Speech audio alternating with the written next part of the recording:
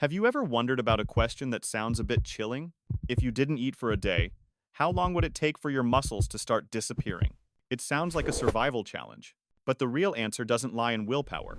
It lies in a very ancient code within your body, where your brain, liver, and muscles sit down together and decide, what will we burn first? And what will we protect to the end? And if you understand that code, you'll see fasting completely differently. Because most people believe one very simple thing: fasting leads to muscle loss. They think that just skipping a few meals will cause their muscles to atrophy, their strength to weaken, and their bodies to shrink. But your body isn't that naive. Your body is extremely strategic. It has endured thousands of years of hunger and satiety, hunting and failure, harsh winters, so it knows one thing: losing muscle too early is fatal. You can't find food without muscle. You can't run. You can't carry heavy loads. You can't defend yourself. So, if your body started burning muscle the moment you skipped meals, humanity would have gone extinct long ago. There is still a threshold, a breaking point, a moment when the body stops calculating intelligently and begins sacrificing. I will guide you to that exact moment, not through rumors, not through the myth of starvation mode, but through biological logic in stages. And by the end of the video, you will know when fasting is still optimal and when it begins to eat itself. A quick safety note: this is educational content. If you have underlying health conditions, are taking medication, have a history of eating disorders, or are in a special phase like pregnancy, breastfeeding, don't attempt long-term fasting. I'm telling you this so you understand your body, not to encourage reckless behavior. Okay, let's begin. As soon as you stop eating, your body doesn't panic. It continues to function normally, because it still has energy from the last meal and still has quick-acting reserves in the liver. The first few hours are often deceptive. You might still be awake, still working, still moving around, and you might think, what's the big deal about fasting? But inside, your body starts shifting its priorities. It's like a city receiving the news. Supply trucks might not arrive. The city doesn't collapse immediately. It just starts saving, starts opening its reserves, starts thinking long-term. For about half a day to the end of the first day, your liver will gradually deplete glycogen, your sugar reserves, to keep blood sugar stable for the parts of your body that need it. And here's the first shock that many people don't realize. What scares you on the first day isn't muscle loss. It's the feeling of restlessness, irritability, and difficulty concentrating. Your brain starts negotiating. Just eat a little. Eat to feel less tired. I'll do it again tomorrow. And many people think it's the body is weak, but often it's just the brain demanding a reward.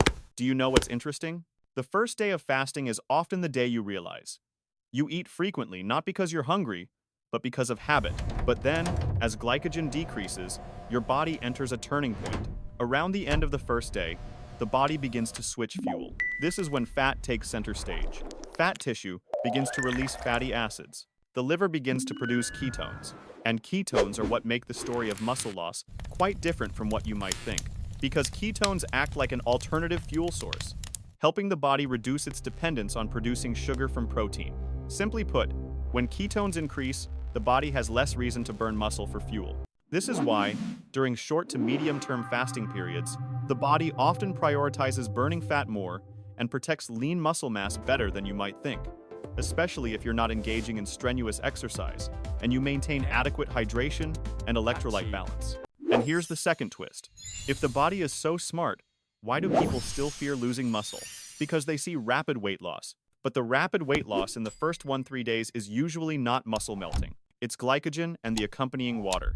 Glycogen retains water. When glycogen decreases, so does water. You gain weight and then see a sharp drop, and you think your muscle atrophy. But in many cases, you're just draining water from your reserves. So, is your muscle mass affected? There may be some degree of protein breakdown during fasting, as the body still needs glucose for certain essential tissues. But the important thing is, in the early stages, the body has many ways to reduce that cost. And one of the most powerful ways is switching to using fat and ketones. So, instead of asking, does fasting cause muscle loss? A more accurate question is, what stage of fasting is your body in? And what are you doing in that stage? Because there are two types of fasting that produce two very different results. 1. Fasting plus insufficient sleep, plus stress, plus stimulants, plus intense exercise, plus electrolyte imbalance. 2. Planned fasting plus adequate hydration, Electrolytes plus light exercise plus sufficient sleep. They sound similar because they're both called fasting, but the feeling in your body and the results can be vastly different. Now, for the part most people like, autophagy. You'll hear many people say, fasting activates autophagy, clearing out cellular waste. Let me put it this way. Autophagy is a real mechanism. It's part of how cells recycle damaged, old, and underperforming components. However, the level and timing of its peak vary from person to person and depend on energy levels, activity, sleep patterns, and dietary habits. However, from a storytelling perspective, you just need to understand the important point. When you don't eat, your body isn't just burning, it's also clearing. It reduces the constant work of digestion and can prioritize other maintenance processes. And here's the third point.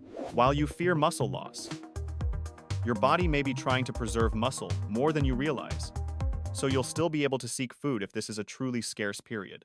In other words, from an evolutionary perspective, losing muscle mass prematurely is foolish. Your body isn't foolish. It just has limits. Where are those limits? They're in stored fat. Think of fat as a savings account. In the early and middle stages, when the savings account is full, the body prioritizes drawing from there. But as that account dwindles, the body starts looking around and asking the most terrifying question. What else can be converted into energy to keep vital organs running? And this is when protein, including protein from muscle tissue, starts to be used up more quickly. But I want you to listen very carefully to this. Muscle isn't the first thing the body eats. Muscle is something the body is very reluctant to touch. It will delay, it will optimize, it will conserve. But if you fast for too long, when your fat reserves are low and your body feels threatened, then it is forced to sacrifice. And that is the threshold that people commonly refer to as the point where the body shifts from strategy to desperation.